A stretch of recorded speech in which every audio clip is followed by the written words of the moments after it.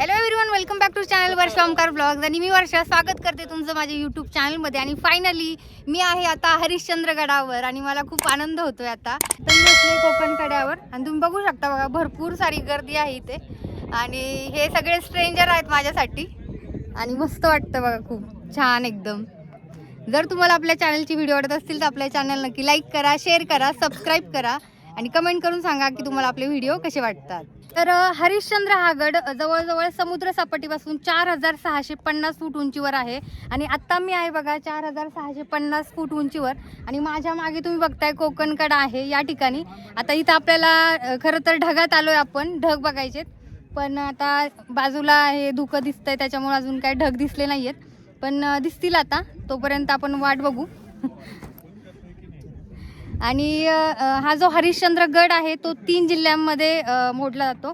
एक म्हणजे ठाणे, त्याच्यानंतरनं अहमदनगर आणि तिसरा जो आहे तो नाशिकमध्ये. अशा 3 जिल्ह्यांमध्ये हा जो हरिश्चंद्रगड आहे हा आहे. तर मी एका ट्रेकिंग ग्रुपसोबत चालले होते हरिश्चंद्रगडावर. आणि शिवाजीनगरपासून रात्री 9:30 वाजता शनिवारी आम्ही निघालो होतो. पुण्यावरून हरिश्चंद्रगड हा 163 किलोमीटर आहे आणि आपण पोहोचणार आहोत पाचने या गावामध्ये.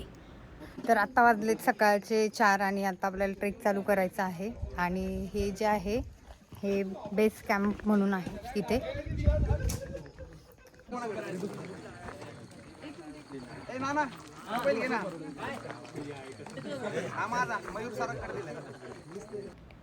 तर या ठिकाणापासून आपला जो हरिश्चंद्रगडाचा ट्रेक आहे त्याची सुरुवात आपण करणार आहोत.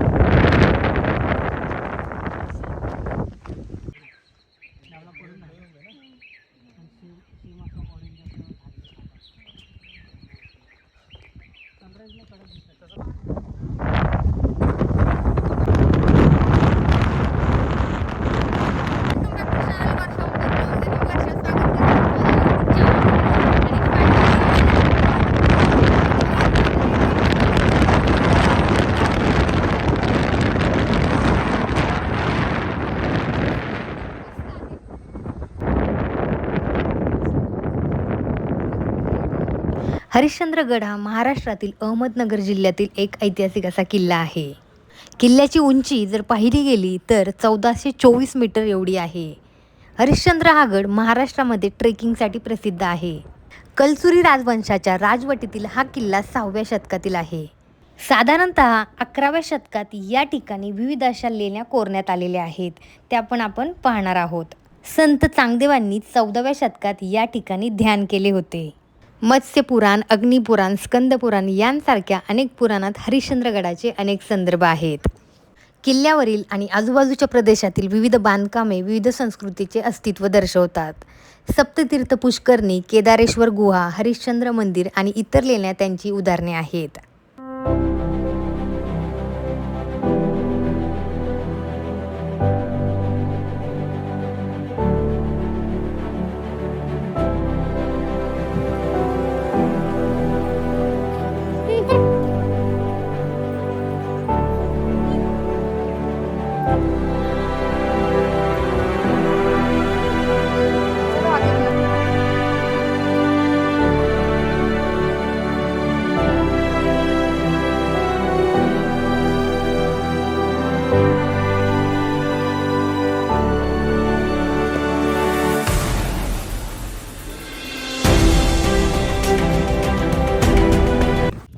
तर आत्ता आपण चाललेलो आहे कोकण कड्याच्या दिशेने. आणि हा जो रोड आहे बघा माझ्या मागे बघताय, हा इकडनं आपण चाललोय आता कोकण कड्याला. आधी आपण कोकण कडा बघणार, तिथं क्लाउड्स आहेत की नाही ते पाहणार. आणि नंतर ना आपण बघणार आहोत मंदिर. हे तुम्ही बघू शकता बघा, मस्त असं वातावरण झालेलं आहे. आणि 4ला सकाळी ट्रेक चालू केलेला, 4 सव्वा 4ला. 2 तासात आपला ट्रेक कंप्लीट झालेला आहे. हाँ 2 घंटे में ट्रेक कंप्लीट हो गया. ये बहुत जरूरी है. हाँ तर खूप छान असं, म्हणजे एक ही छोटीशी वाट आहे बघा ही. इकडनं आता आपण आलेलो आहे कोकण कड्याकडं. तर मोस्ट ऑफ सकाळी अर्ली मॉर्निंग ट्रेक प्रेफर करावा.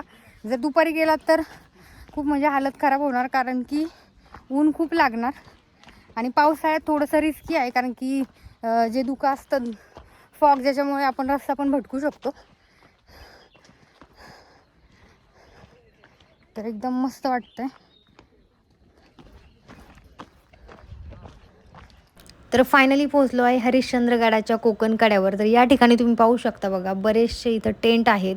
बरीचशी लोक आदल्या दिवशी रात्री येऊन इथं राहतात आणि गर्दी बघताय तुम्ही. आता वाजले 6 सकाळचे, पण भरपूर अशी गर्दी या ठिकाणी आहे बघा.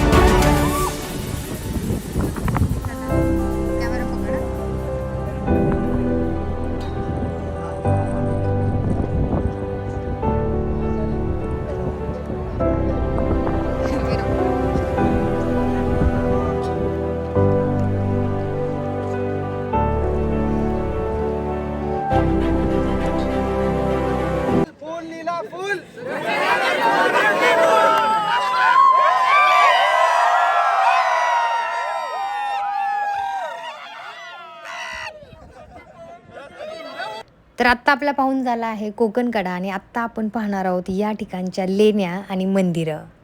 हरिश्चंद्र मंदिर प्राचीन भारतात प्रचलित असलेल्या दगडांमधून शिल्प कोरण्याच्या उत्कृष्ट कलेचे एक गौरवशाली उदाहरण आहे.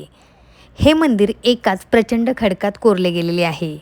हरिश्चंद्रगड ट्रेकमध्ये अनेक मंदिरं, पुष्करणी आणि माथ्यावर गुहा आहेत. हे 6व्या शतकापासून वेगवेगळ्या संस्कृतीचे प्रतिनिधित्व करतात.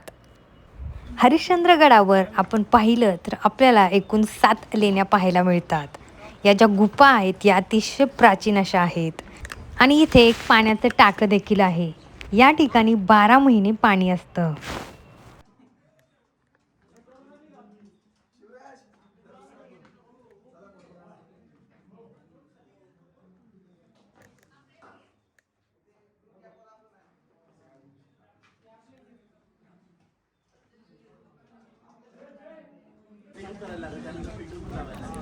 यापैकी एका गुफेत गणेशाची सुमारे 8.5 फुटाची भव्य आणि सुंदर अशी मूर्ती आपल्याला पाहायला मिळते.